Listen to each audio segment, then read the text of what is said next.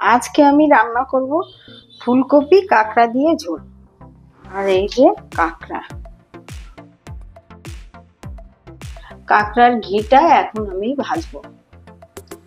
তেলটা গরম হয়ে গেছে, আমি ঘিটা দিয়ে দিচ্ছি।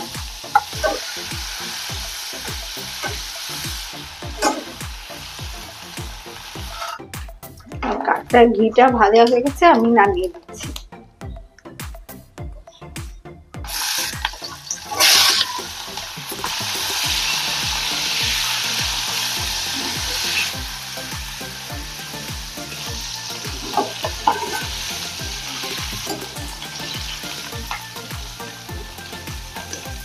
কাঁকড়াগুলো ভাজা হয়ে গেছে, আমি এখন নামিয়ে দিচ্ছি।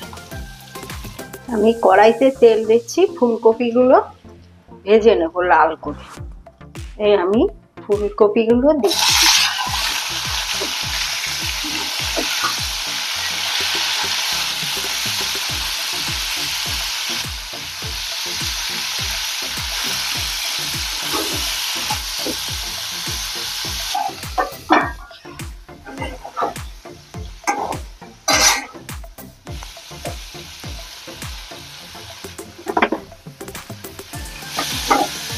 আমার ফুলকপিটা ভাজা হয়ে গেছে, আমি এখন ফুলকপিটা নামিয়ে দিচ্ছি।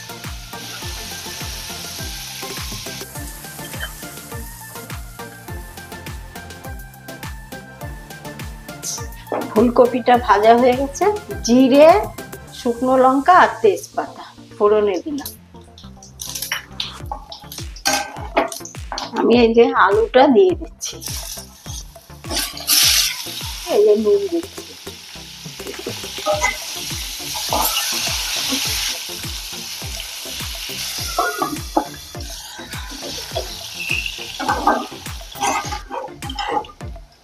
আমার আলুটা ভাজা হয়ে গেছে, আমি এবারে ফুলকপিগুলো দিয়ে মশলা দিয়ে কষাবো।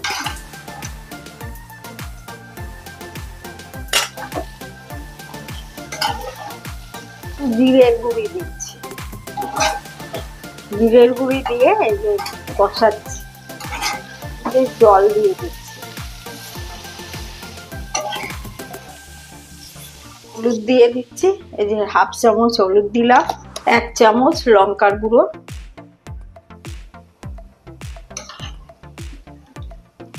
ফুটে উঠলে আমি কাঁকড়াগুলো দিয়ে দেবো। আমি এখন কাঁকড়াগুলো দিয়ে দেবো।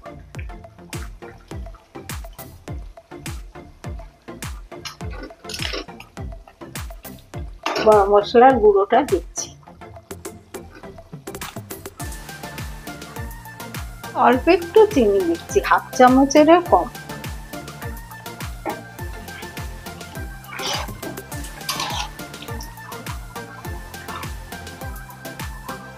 আমি 2টো কাঁচা লঙ্কা চিড়ে দিলাম, একটু সেন্ট হবে।